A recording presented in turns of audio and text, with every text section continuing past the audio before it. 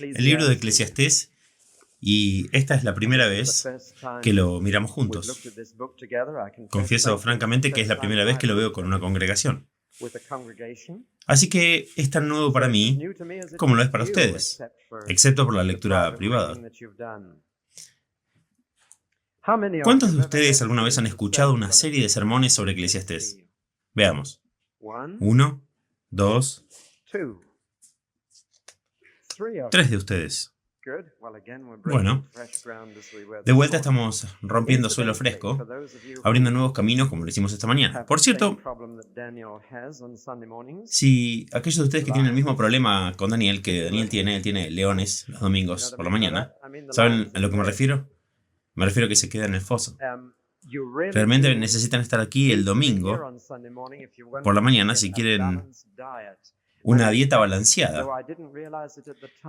Y de hecho no me di cuenta en el momento en que comencé a preparar Colosenses y Eclesiastés la extraordinaria forma en que se complementan entre sí. Es increíble. Van juntos.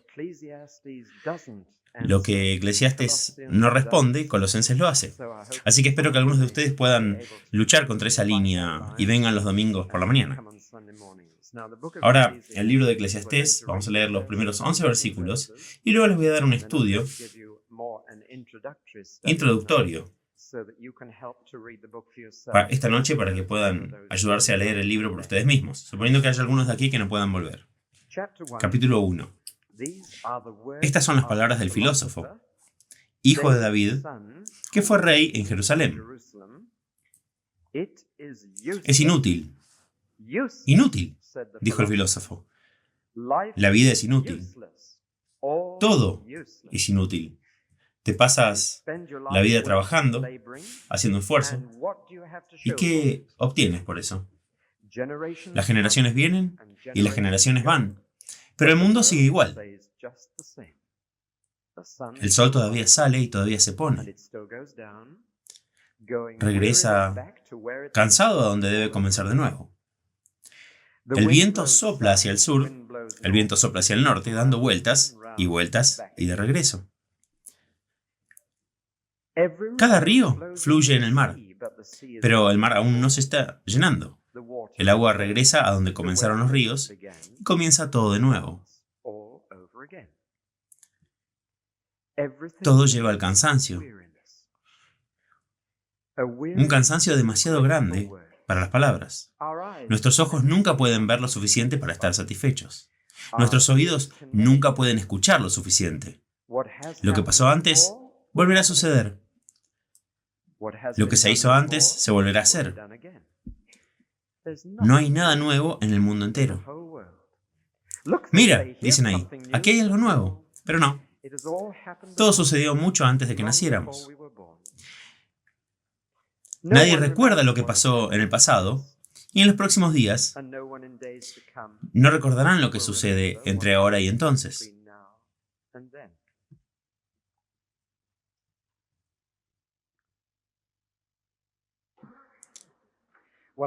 Bueno, los domingos por la noche durante los próximos 3 meses vamos a estudiar lo que muchos han llamado el libro más extraño de la Biblia. ¿Han visto esta hoja roja? Hay 21 declaraciones que puse en esta hoja sobre el libro de Eclesiastés, y la hoja que me han devuelto con algunos comentarios es muy intrigante. Se marcaron 1, 2, 3, 4, 5, 6 de 21 como agradables o estar de acuerdo para la persona que la completó. ¿Cuántos de ustedes estuvieron de acuerdo con las 21? Entonces ninguno de ustedes está de acuerdo con la palabra de Dios. ¿Cuántos de ustedes están de acuerdo con, digamos, 15? ¿10? Uno no está de acuerdo con 10. ¿Cuántos están de acuerdo con 5 o más? ¿Cuántos están de acuerdo con ninguna? Uno. Cuando leen el libro de Eclesiastés, su primera reacción es ¿qué hace ese libro en la Biblia? ¿Tuvieron esa reacción? Parece poner énfasis en el destino en lugar de la fe, en la felicidad en lugar de la santidad, en este mundo en lugar del próximo, en las cosas materiales en lugar de las espirituales. Es un libro extraño. Lo encuentro deprimente en lugar de inspirador. Y voy sintiéndome realmente deprimido después de leer a este escritor. La vida es inútil. Completamente inútil. Todo es inútil. Y ahí es donde comienza, no es donde termina, pero es donde comienza. Y ha habido quienes dicen que esto no es enseñanza bíblica en absoluto. Esto tiene más en común con el estoicismo griego o antiguo, o el budismo oriental, o incluso el existencialismo moderno, pero no es la verdad de Dios. Así no es como habla Dios. No encaja. No cita a los profetas, por ejemplo, y en el resto de la Biblia no se cita en ninguna parte del Nuevo Testamento. Por lo que algunas personas han dicho que no debería estar ahí en absoluto. Curiosamente, cuando los judíos juntaron el Antiguo Testamento y cuando los cristianos juntaron toda la Biblia, ninguno de los dos grupos tenía ninguna duda de que este libro debía publicarse. Así que si tenemos dudas, debemos preguntarnos si puede haber algún problema con nosotros. Y si es posible que hayamos pasado por alto el objetivo de este libro. Para otros parece como si fuera una declaración de desesperación absoluta. Leí otro libro que no es este y que no forma parte de la Biblia esta semana y me encontré con esta frase en él. La naturaleza nos ha abandonado. Dios ha descolgado el teléfono y el tiempo se acaba. Esa es una declaración preocupante, si alguna vez hubo una, y me pareció que tenía mucho que ver con Eclesiastés. Hubo también un comediante en la televisión esta semana que dijo, la muerte es la forma que tiene la naturaleza de decirte que bajes la velocidad.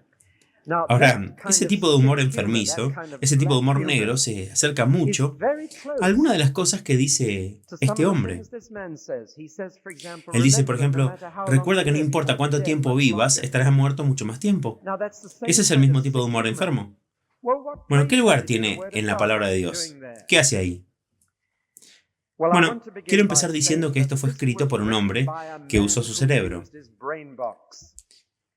Fue escrito por un hombre preparado para pensar. ¿Quién fue que dijo que el mayor territorio inexplorado está justo debajo de tu sombrero? Lo que significa que la mayoría de nosotros nunca nos detuvimos a pensar y somos un poco como el estadounidense que se subió a un taxi afuera de la estación de King's Cross y dijo, vamos, maneja, maneja. Y el conductor le dijo, ¿dónde? Y él respondió, no tengo tiempo para considerar esas preguntas, maneja. Eso puede parecerles tonto, pero es lo que la mayoría de la gente en Gran Bretaña está haciendo en este momento. No llega a ninguna parte, pero muy rápidamente, y sin detenerse nunca a hacer las preguntas correctas. Esas preguntas siempre comienzan con por qué, no con cómo. La gente pregunta, ¿cómo puedo ser feliz? ¿Cómo puedo ganarme la vida? ¿Cómo puedo obtener orientación? ¿Cómo puedo hacer esto o lo otro? Deberían preguntarse, ¿por qué debería ganarme la vida? ¿Por qué debería necesitar orientación? ¿Por qué? Y todas las grandes preguntas en la vida comienzan con ¿por qué? No con cómo. La ciencia responde a las preguntas con cómo y una y otra vez, pero nunca responde a la pregunta ¿por qué? Puede decirnos cómo empezó el mundo, pero no nos dice por qué. Y es el por qué lo que es importante. Y este libro es un libro que no está aquí para decirles cómo. Es un libro para decirles por qué. Esa es una pregunta mucho más importante. Y el hombre que escribió este libro fue un hombre que se sentó y pensó sobre la vida. Era un hombre mayor y él estaba mirando hacia atrás a toda una vida dedicada a buscar respuestas. Y a una vida en la que no pudo encontrarlas. Y dice, me propuse la vida para descubrir de qué se trataba la vida. Esa es la gran pregunta que se plantea en todo el libro. ¿Vale la pena vivir la vida? Esa es la pregunta. ¿Vale la pena vivir la vida? La respuesta cruda y tonta depende de quién la vive, dijo alguien en más de un sentido. La salud es todo, pero ni siquiera lo es si tienes tu salud. ¿Para qué vivir? Recuerdo que a alguien le preguntaron, ¿por qué trabajas así? Bueno, estoy trabajando así para conseguir dinero. ¿Por qué? Bueno, tienes que vivir. ¿Por qué? Y el hombre no tenía respuesta. Y ahí estaba trabajando todos los días para ganarse la vida para vivir. Y nunca preguntó por qué. ¿Por qué molestarse en seguir adelante? ¿Por qué trabajar solo para seguir trabajando? ¿Por qué levantarse e ir a trabajar y volver a casa? Tomar el té, poner los pies en la mesa, ir a la cama, levantarse, ir a trabajar, venir a casa, tomar el té, poner los pies en la mesa, ir a la cama, levantarse a la mañana siguiente e ir a trabajar? ¿Por qué? ¿Vale la pena? ¿Qué tienes que mostrar al final? Esa es la pregunta. Y este hombre preguntó aquí, ¿qué beneficio hay para un hombre que ha trabajado duro toda su vida? ¿Qué tiene para mostrar al final? ¿Qué queda al final de la vida? Porque es lo que queda al final de la vida lo que es ganancia. Y ya saben, este hombre no solo preguntó esa pregunta, pero Jesús la preguntó también. ¿De qué le servirá a un hombre cuando llegue al final del día y sume los libros? ¿Será ganancia o pérdida? Esa es la pregunta. ¿Vale la pena vivir la vida? Y saben que este libro fue escrito por un anciano, pero está escrito para el tercio de esta congregación entre las edades de 15 y 25. Aquí hay un anciano suplicando a los jóvenes durante todo el camino. Encuentren la respuesta al comienzo de su vida. No esperen hasta llegar a mi edad. Piensen en esto con los brazos fuertes, antes de bajarlos. Descubre a dónde te lleva la vida antes de descubrir que has desperdiciado tus años subiendo a un callejón sin salida. Eso es lo que dice. Y al final del libro hace una súplica apasionada a los jóvenes. Les dice, antes de que tu cabello sea tan gris como el mío, antes de tu senilidad, antes de tu ancianidad, antes de que no quede nada, obtén las respuestas a estas preguntas. Esto me recordó nuevamente a ese hombre que se unió a la iglesia de mi abuelo, un anciano con barba, y empezó a venir a todas las reuniones.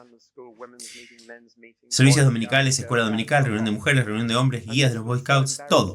Y era tan vergonzoso que a mi abuelo le dijeron que fuera con él y averiguara por qué. Y lo detuviera. Mi abuelo fue y le dijo, ¿por qué vienes a todo? No necesitas venir a todo. Ven a los servicios, ven a la reunión de oración, pero ¿para qué venir a todas las reuniones? Y él dijo, porque recién me hice cristiano cuando tenía 67 años de edad y estoy tratando de recuperar el tiempo perdido. Y eso no es gracioso. Es trágico. Y hay muchas personas que solo comenzaron a hacer las preguntas correctas después de haber descubierto todos los sacos rotos. Y vamos a emprender esta búsqueda con este hombre. Y una de las cosas que me gusta de él es su absoluta honestidad. Nos dice que intentó esto, intentó aquello, intentó lo otro, intentó todas las cosas que la gente está intentando hoy. No vamos a aprender. Pasaremos por la dura escuela de la experiencia. Pasaremos por ella. Le decimos a la generación anterior, no tenemos nada que aprender de ustedes.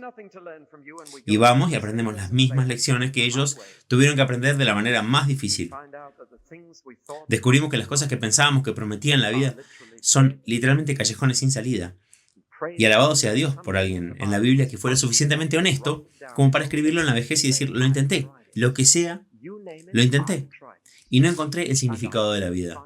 Y no valía la pena vivirla, aunque lo intenté.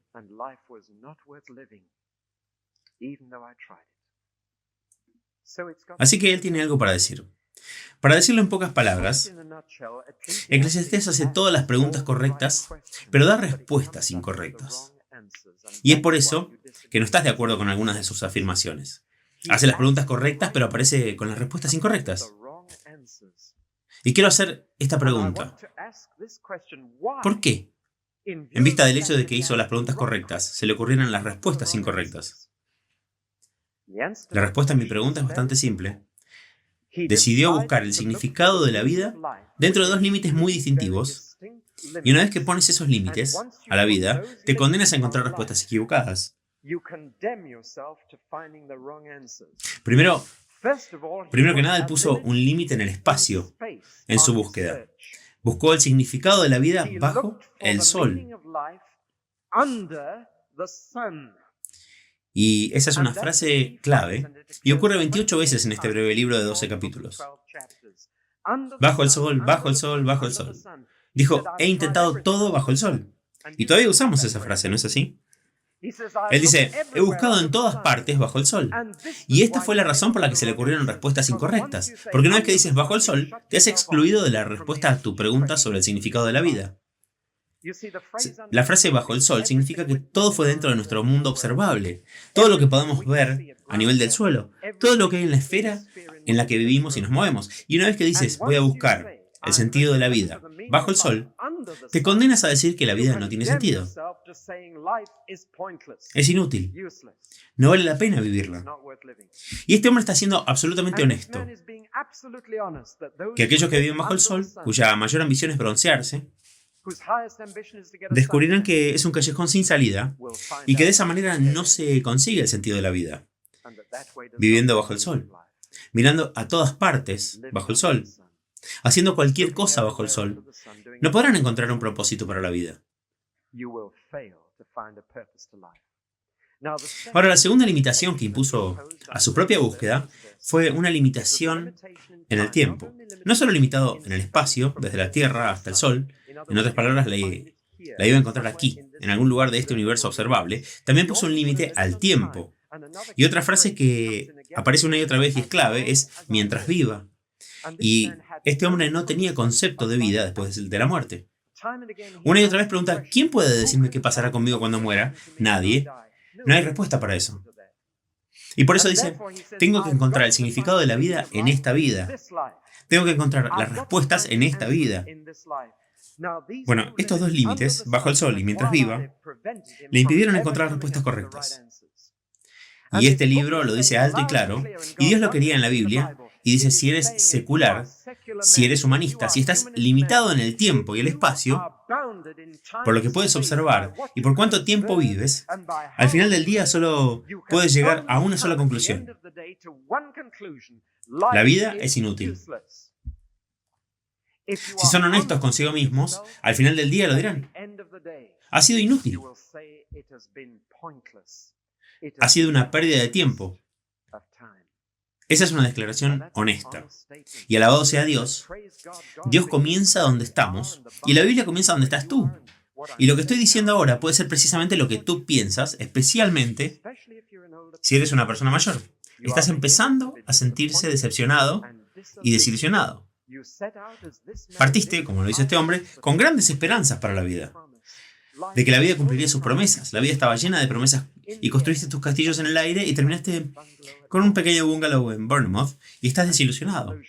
Y te preguntas cuánto tiempo estarás lo suficientemente en forma como para limpiar el jardín. ¿Ves la sensación? Puedes sentir las agallas del hombre que honestamente dice, me propuse, como tú, iba a vivir la vida al máximo. Probé el placer, probé el dinero, probé la fama, probé la educación, probé todo. Y terminó con un hombre desilusionado y decepcionado, que dice, no tengo nada para mostrar al final del día. No tengo ganancias en las cuentas de la vida, no me queda nada, ahora que mi pequeño día terminó. Bueno, eso es honestidad para ustedes. No necesitas salir de la Biblia para encontrar el humanismo y el secularismo retratados con absoluta honestidad. Está esta diferencia. Aunque dice con toda franqueza, no sé la respuesta a las preguntas de la vida, no entiendo la vida, no puedo decirles por qué vale la pena vivir. Sin embargo, no es agnóstico. No es ateo, porque era judío. Y como judío sabía que había un Dios. No defiende la existencia de Dios.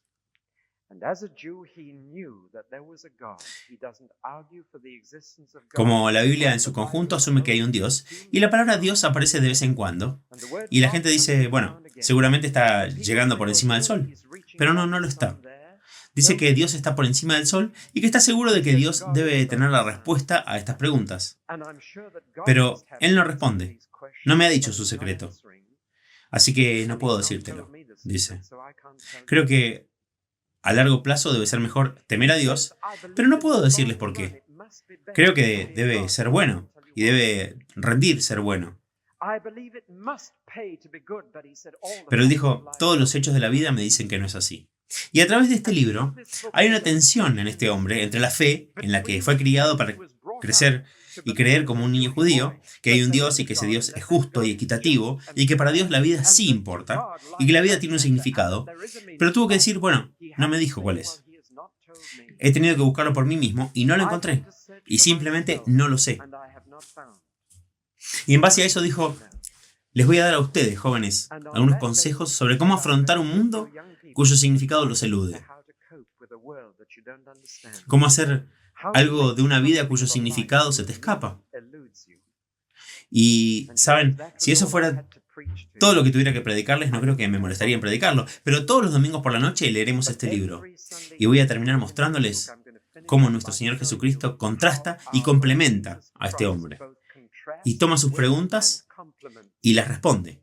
Y toma sus anhelos y los cumple. Y toma sus sueños y los hace realidad.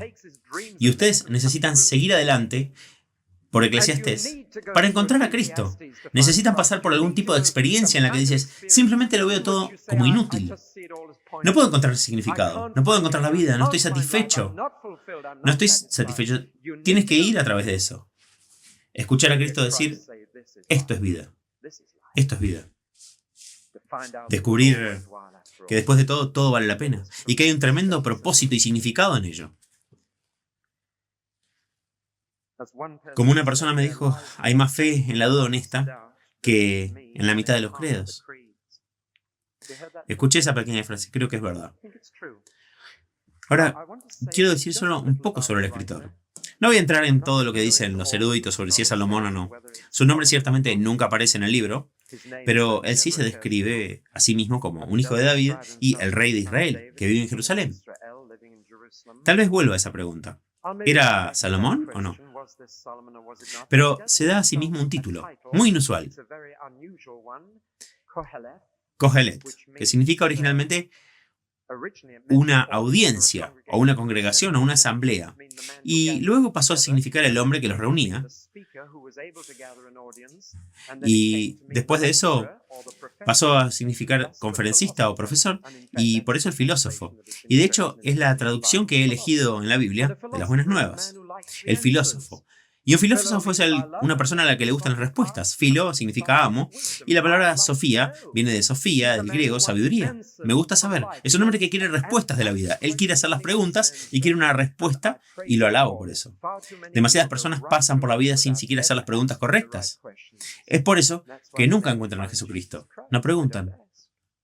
E incluso si expresaron dudas sinceras de que pudieran llegar a Jesús, no lo hacen. Pero déjeme construir una imagen del carácter de este hombre, si puedo, a partir del libro. En primer lugar, he dicho que es un anciano. Está bastante claro que es un anciano y lo sabe y habla como desde una silla de ruedas. Le habla a los jóvenes, desde el punto de vista de alguien que lo ha visto todo y ha estado en cada esquina. En segundo lugar, no solo es un hombre mayor, es un hombre educado. De hecho, es de clase alta. Si podemos decir, por el contexto desde el cual habla, ha tenido todo el dinero que necesita para hacer cualquier cosa.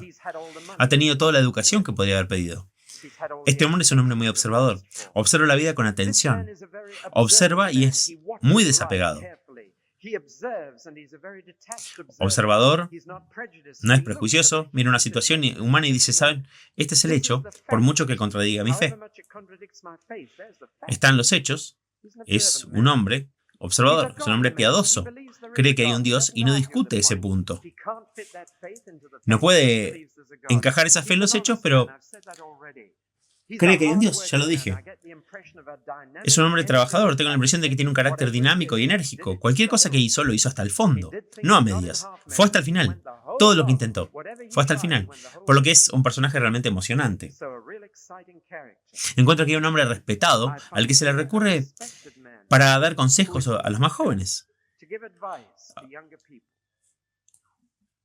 Ahora, encuentro un hombre que está dispuesto a enseñar desde su experiencia. Veamos los versículos 1 al 11. Es un comienzo muy pesimista.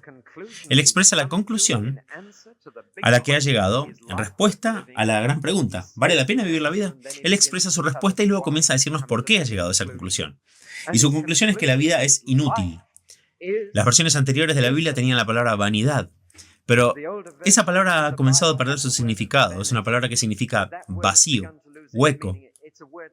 La palabra hebrea literal significa un soplo, una brizna de aliento.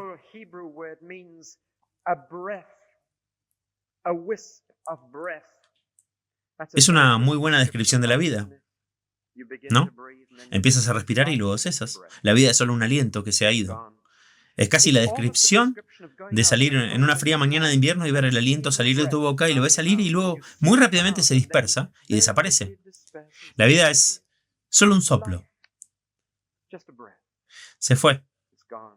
O tal vez otra traducción sería la vida es solo una burbuja. Una burbuja es solo un trozo de aire y uno trata de agarrarlo, se ve tan hermoso, tiene color y trata de agarrarlo y nos quedamos sin nada.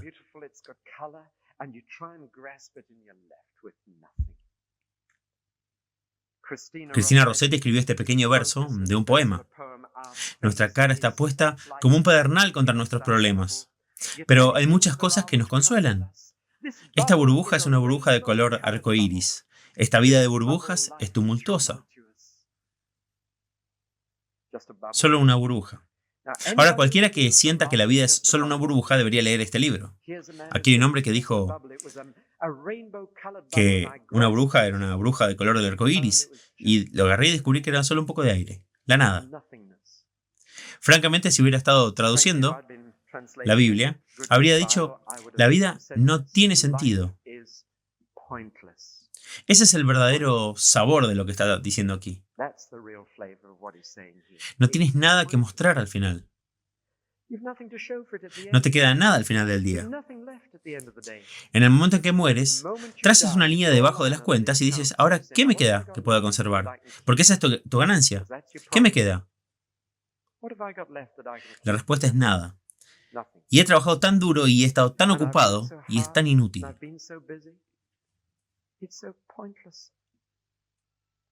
Ahora, ¿qué conclusión? Sin embargo, él está escribiendo como un hombre mayor y dice: ¿por qué he llegado a esta conclusión? He llegado a esta conclusión porque todo lo que veo es correr en círculos y no llegar a ninguna parte. Todo eso es lo que he hecho.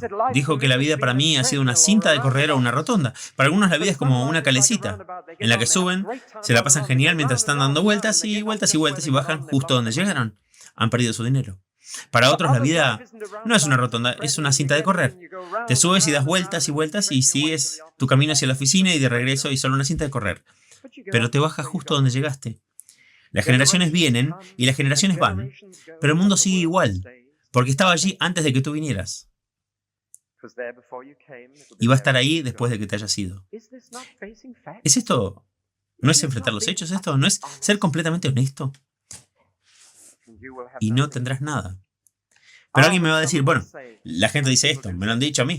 Espero dejar el mundo un poco mejor de como lo encontré.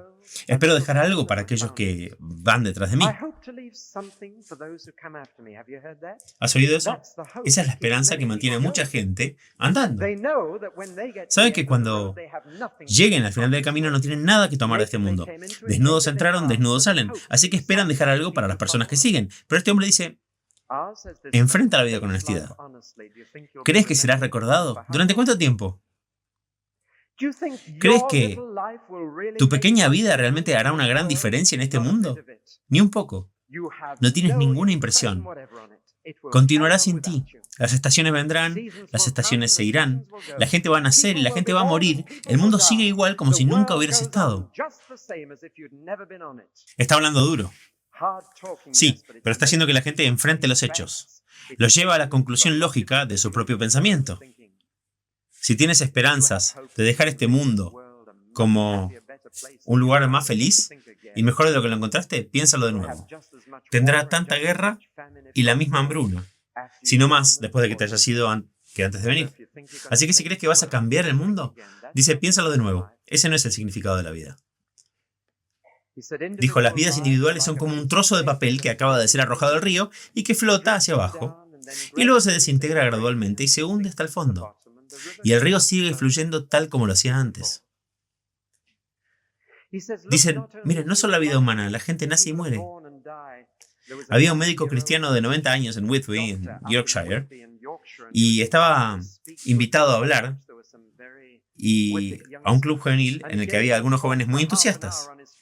Y dio una charla de media hora, y una chica en minifalda se levantó y le dijo: Dr. Vines, usted es anticuado, muy anticuado. Y él dijo: querida jovencita, viniste al mundo a la antigua y saldrás de él a la antigua. Eso es lo que está diciendo aquí. No hay nada nuevo. Mira la naturaleza, de manera distinta de los seres humanos. Mira la naturaleza, el sol comienza en el este, gira hacia el oeste, luego se apresura hacia abajo para levantarse por la mañana, luego se apresura hacia abajo y se levanta por la mañana, como tú. Por supuesto, su astronomía puede haber estado un poco equivocada, pero sus hechos observados eran perfectos. Es correcto. Y no sabía acerca de la evaporación en esos días, pero dijo que todos los ríos van al mar y el mar no está lleno. No se desborda y de alguna manera el agua vuelve al principio y fluye de nuevo hacia el mar. Vuelve a girar, igual que como yo, cuando me levanto para ir a trabajar y vuelvo a la cama. O mira el viento. El meteorólogo dice que hoy es suroeste y luego es noreste y luego es sureste y luego es noroeste y simplemente gira y gira y gira y gira en círculos. La misma cantidad de aire simplemente gira en círculos y cuando no llega no llega a ninguna parte. De hecho, todo el universo que ahora conocemos es así. Todos vamos en círculos y no llegamos a ninguna parte. Te estás moviendo a 10 millas por segundo en este momento. ¿Pueden sentirlo? Lo sentirían si el Señor acelerara o ralentizara este lugar y acabaríamos pegados en esa pared. Pero no estamos llegando a ningún lado rápido, solo estamos dando vueltas en círculos. Por eso sale el sol esta mañana y nos iremos a la cama esta noche, porque solo estamos dando vueltas. No llegamos a ninguna parte yendo rápido. Y déjenme contarles que después del funeral estarán dando vueltas y no habrán tenido ninguna impresión en ello. Así que la vida no tiene sentido. El tiempo sigue avanzando. Ha estado avanzando siempre. Desde que llegaron los romanos. La gente de Londres, leí esta semana que cuando beben agua que ya han bebido 5 veces otras personas más arriba del río. Y el río sigue avanzando igual. ¿Qué pasa con la historia? Vamos a girar, dice este filósofo. Miremos en la historia. El ojo nunca puede ver lo suficiente para estar satisfecho y el oído nunca puede oír lo suficiente. ¿Qué quiere decir con eso? Lo que está diciendo es que siempre estamos buscando novedades. Siempre algo nuevo. ¿Qué está haciendo toda la industria del turismo empaquetado? Mostrándole a la gente nuevos sitios para hacer turismo. Y cuanto más lugares vemos, menos satisfechos estamos. Hay otro lugar en el que no hemos estado. Así que nos pasamos la vida haciendo turismo, yendo de un lugar a otro durante las vacaciones y nunca vemos lo suficiente. Siempre hay algo nuevo en lo que pensamos. Y nunca escuchamos lo suficiente que sea nuevo, ¿verdad? Pagamos una fortuna por nuestros periódicos. Y sabrán que un periódico dominical es igual al anterior y que se necesitan 9 acres de bosque para producir un número del New York Times. Y que no hay nada nuevo en él. Las guerras se movieron de un país a otro. Los divorcios pasaron de una estrella de cine a otro. Pero no hay nada nuevo. Y se llaman periódicos en inglés. Y el oído nunca puede escuchar lo suficiente. Lo siento, Brian, acabo de verte y no quiero sacarte del negocio, de tu negocio de revistas. Pero lo has visto todo, ¿no es así? Lo ves todos los días. Los titulares realmente cambian. El mundo realmente cambia. Pero leemos con avidez lo que nos atrevemos a llamar las noticias. Son tan antiguas como las colinas. La única razón por la que pensamos que es nuevo es porque no recordamos cuando sucedió anteriormente. ¿No es cierto? La historia se repite. Es uno de los proverbios favoritos que decimos. Tenemos a Leon Uris, que se hizo famoso por escribir la novela El Éxodo, esa historia de cómo los judíos regresaron a Israel a través del bloqueo británico. Escribió otra novela sobre los irlandeses. Estuvo entre los más vendidos en los primeros puestos de la lista en Estados Unidos durante 4 meses. 716 páginas sobreescritas de algo o una otra cosa. Y al final de este relato de Irlanda y su historia de 300 o 400 años, un estudio magnífico de la historia. Esta es su conclusión final. No hay futuro para Irlanda, solo el pasado que sucede una y otra vez. Esa es su conclusión. No hay futuro, solo el pasado que sucede una y otra vez. Y eso se dijo en un libro hace 3000 años.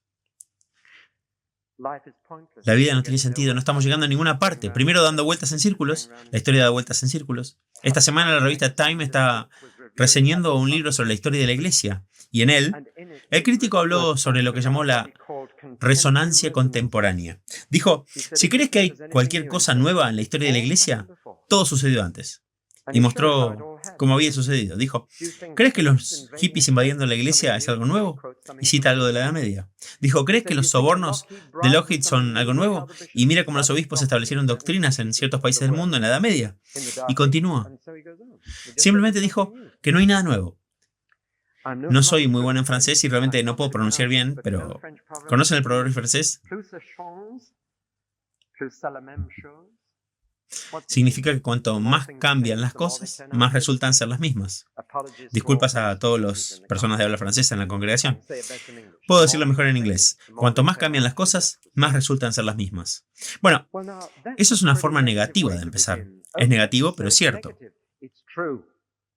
Es por donde tienes que empezar si vas a ser honesto acerca de la vida.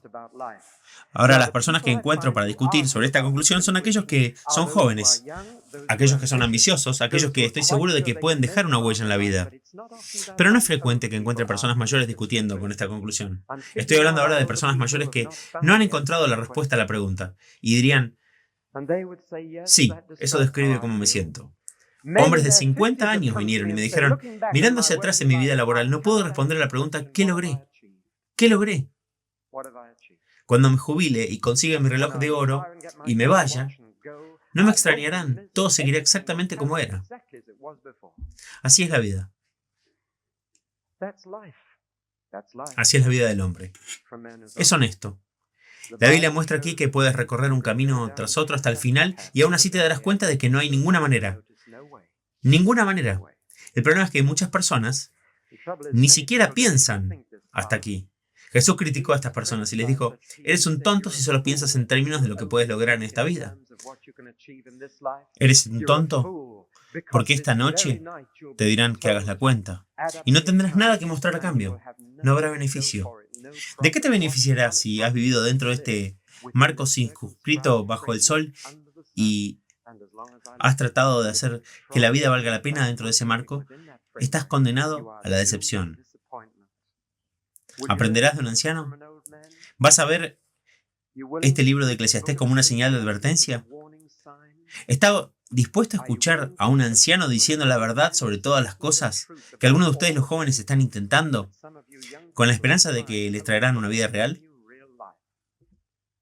Si están dispuestos a hacerlo, entonces podrán aprender algo mucho más positivo. Hace algunos años hablé con 40 jóvenes. Todos eran cristianos. Y les pedí que escribieran en una hoja de papel lo único que había llegado a sus vidas y que realmente valoraban más que cualquier otra cosa desde que conocieron a Jesús. Y de 40 jóvenes, 38 escribieron la misma palabra que... Es muy interesante. 38 escribieron la misma palabra, de forma independiente. ¿Saben cuál palabra era? Propósito. Propósito. ¿No es interesante? Aquí hay un anciano diciendo inútil. Y aquí hay 38 jóvenes diciendo propósito. Y el anciano sabe que es una verdad solemne, que la mayoría de las personas que encuentran la respuesta a la pregunta ¿vale la pena vivir?, la encuentran en su juventud. Permítanme demostrárselo. Aquellos de ustedes que sienten que han encontrado la respuesta a la pregunta de si la vida vale la pena de vivir, el propósito de la vida, levanten la mano si la encontraron siendo menores de 25.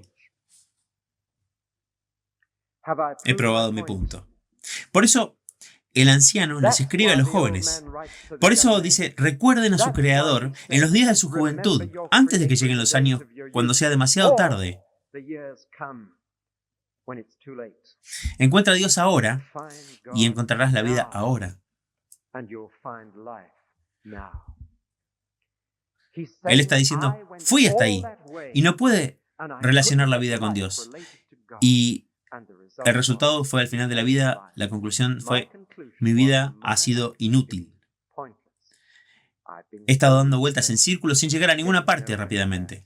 Así que déjenme terminar. Sigo perdiendo mis notas. Aquí están. Quiero terminar citando a Jesús y a un hombre llamado Pablo. Déjenme comenzar con Pablo, un judío de Tarso. Saulo era su verdadero nombre, su nombre original. Y Pablo una vez dijo esto. Él era tan honesto con los hechos como Eclesiastés y está de acuerdo perfectamente con lo que dice Eclesiastés. Escuchen, en Romanos 8 dice, todo el universo ha estado sujeto a vanidad. La misma palabra. Todo el universo ha estado sujeto a esto, porque los seres humanos no son aptos para vivir. Y significa que Dios ha metido esto en nuestro universo, ahora que todo está dando vueltas, que todo es inútil, que todo es vanidad, que todo es sin sentido, todo está dando vueltas y vueltas. No está llegando a ninguna parte rápidamente. Y es Dios quien le hizo eso a nuestro universo. No era así al principio, cuando Dios hizo el universo. Iba a alguna parte. Iba en una línea, no en círculos. Pero es Dios que ha construido esta inutilidad para todo. ¿Por qué? Porque todavía no estamos aptos para recorrer el camino que conduce a Él. Y por eso toda la creación está sujeta a la inutilidad. ¿Esperando qué? Esperando nuestra redención, esperando que algo se arregle en nosotros, esperando que seamos aptos para vivir en el mundo. Y luego Dios hará que el mundo sea apto para vivir y creará un nuevo cielo y una nueva tierra. Y el nuevo cielo y la nueva tierra no irán en círculos, sino que viajarán en línea recta. ¿Entienden ahora el gran concepto cósmico acá? ¿Están empezando a tener una visión general? ¿Ven que toda la vida es inútil y circular y sin sentido? No está llegando a ninguna parte. Y tu pequeña vida en este planeta está haciendo exactamente lo mismo. Y no te engañes, ¿vas a dejar este mundo mejor que lo que encontraste? No, continuar tal como estaba después de que te fuiste. Tienes que encontrar un propósito para ti. Y lo encontrarás al llegar por encima del sol. Y lo encontrarás al llegar más allá de esta vida. Y es solo cuando te extiendes en el espacio y avanzas en el tiempo más allá de los límites que nuestro mundo científico ha impuesto a nuestro pensamiento, porque nuestra era científica y tecnológica nos enseña a vivir dentro de este marco. No es de extrañar que en esa era tecnológica el arte, el teatro y la música digan que la vida no tiene sentido. No es de extrañar que nuestra cultura grite desesperada. No es de extrañar que tengamos humor enfermo. No es de extrañar que se publiquen obras sin sentido, sin historia. Dicen que no tiene sentido, que no tiene significado. Pero el escritor de este libro no tomó esa posición. Dijo, debe haber un significado. Y creo que hay un Dios que sabe ese significado. Simplemente no he podido comunicarme con Él y descubrirlo. Pero el cristiano es alguien que puede decir, yo lo logré y descubrí la respuesta. Dios tenía un significado y tenía un propósito, y ahora lo sé. Y es por eso que un cristiano nunca podría escribir el libro de Eclesiastés, a menos que lo escribiera antes de convertirse en cristiano, y fuera un hombre muy honesto, que estuviera dispuesto a enfrentar los hechos. Así que miren algunas de las otras cosas que Pablo dijo. Dijo que un cristiano no vive debajo del sol, vive en el cielo con Jesús, y la vida ahí es gloriosa. Un cristiano en realidad vive sobre el sol, no debajo, sino sobre él. Y disfruta de algo mucho mejor que la luz del sol. Es una vida gloriosa. Vivir en el cielo. Y saben, si no eres cristiano no entenderás ni una palabra de lo que acabo de decir. Pensarás que me he vuelto loco, pero cada cristiano aquí sabe, según Colosenses, que estamos estudiando los domingos por la mañana, que nuestra vida está escondida con Cristo en Dios. Por lo tanto, si has resucitado con Cristo, busca las cosas que están arriba, donde Él está. Y tú estás ahí. Ahí es donde está tu vida. Estás viviendo encima del sol, no debajo de él. Además, no estamos viviendo una vida que está limitada por el nacimiento y la muerte. Ya estamos viviendo una vida eterna, que se extiende a través de la tumba y no puede ser tocada por la muerte. Así que hay una dimensión que da significado y propósito, y cada acción de la mente hoy y mañana va a contar. Y va a dejar su huella, y será recordada por Dios y por mí. Y eso le dará toda una dimensión a la vida. Me salí del círculo y ahora estoy viajando en una línea, o como una canción pop en mi juventud, y esto me va a fechar, como una canción pop en mi juventud que decía, sé a dónde voy y sé quién va conmigo. ¿Recuerdan esa canción? Bueno, eres tan mayor como yo. Pero sé a dónde voy, solían cantar. Nunca escuchas una canción que dice eso. Ahora las canciones pop son solo desesperación, tratando de arrebatar un poco de amor. Porque quién sabe, come, bebe y cásate porque mañana morirás. Esa es la conclusión a la que llego. Si no sabes dónde estás, entonces ve a disfrutar donde estás tanto como puedas. Eso es todo lo que puedes hacer, y eso tiene sentido. Pero ahora regreso a Jesús. Jesús no solo le dijo tonto a un hombre que no pensaba más allá de los parámetros de este mundo.